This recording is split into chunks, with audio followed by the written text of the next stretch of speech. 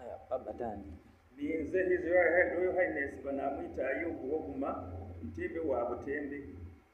Olwaleero mbaire kujja owa Dr. Owa Muvowala oluvana lw'okumanyibwa nti naalina emmotoka yange president yeyamba mbaire nkaali munda tukutambula abantu baatugwaku abasirikale be baatukuba baayonoona entebe yange baayonoona bayiza dawuni baatugemaku baatutwala mu kisagaati kya Muvuwala munda baatandika otubirira amaadi obakuba ng'ebenda nga balina emigo mibitirivu kale tuli wano kwegombolola e Budondo aye tuli kujja mu kooti enoonya obwenkanya abasoga mwena twena tukujja mu kooti abasaza mwena mwide mutuyinza kujja mu kooti.